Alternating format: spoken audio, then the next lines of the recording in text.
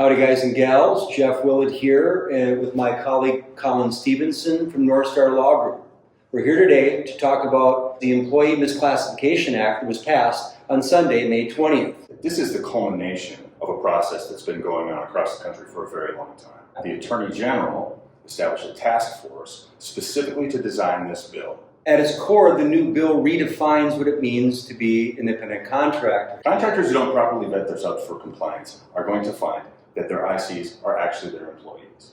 For which you'll be responsible for their unemployment insurance, back wages, workers' compensation, and a whole host of fines and penalties. This is serious, folks. So our contractors are really good at swinging hammers and driving screws. You're going to have to get a lot better at the record-keeping side of the transaction. Contractors need to get their compliance in a can put together for when the commissioner comes knocking.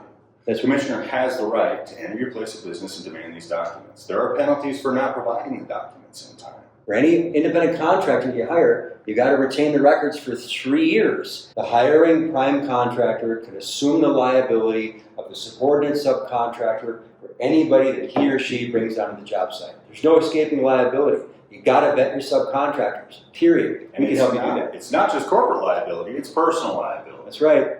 For any owner, principal, member, officer, or agent of the company. And it's not just personal liability, but it's successor liability. Make no mistake, there's no evading this bill. Successor liability will follow our contractors, which means you can't close shop and open up the door down the street. Not going to happen. Maybe even more concerning than the IC compliance checklist and the 14-point expansion is that this governmental partnership has the authority to determine the employment status of any worker on a job site. That's correct. And they can use any of the criteria from any of the 5 agencies to do so. Each and every worker must be either a true employee or a true IC. The GC can be held liable for the mistakes, the malfeasance, the misconduct of the hiring subcontractor, and you can't go like this. I didn't know. The innocent contractor doctrine is over.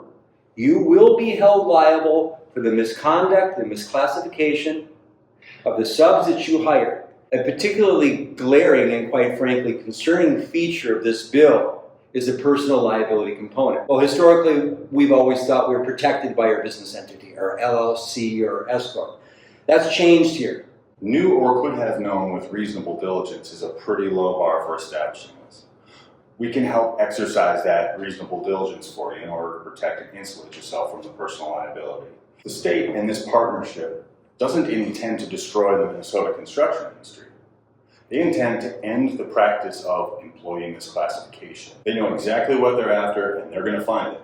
That's right. If it looks like a duck, quacks like a duck, it is a duck. At the end of the day, they're going to assume that these workers are your employees unless you have adequate assurance. The good news is that there is a way to achieve compliance for your own business and to ensure that your subs are compliant.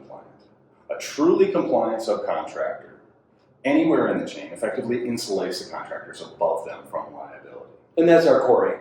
We want to break that causal chain. We want to have a wall of separation between you and the offending subcontractor to make sure that you vetted them. We can help them do that. We've been developing a compliance review process since last year to do exactly that. To make sure that anybody that enters your project site, whether it's residential or commercial, meets one of 2 statuses, either a true employee or a true IC. That's the bottom line. There's no going back to the old way. We can help our contractors build walls of protection around their businesses and all their personnel, including their owners. One of the concerns we've been hearing from contractors is, how am I supposed to compete? How can I offer a competitive bid in this kind of market because others are going to undercut me? As a former contractor, I've heard it before, I've lived it. Change is tough, and we've all experienced it. This is here, it's been planned for a long time, it's a very well-written piece of legislation, and they're not messing around. This is the new situation. It's as comprehensive of any piece of legislation I've ever reviewed, and at the end of the day, there's no escaping. You got to vet, and there's going to be 2 kinds of contractors, compliant or defiant. You make the choice.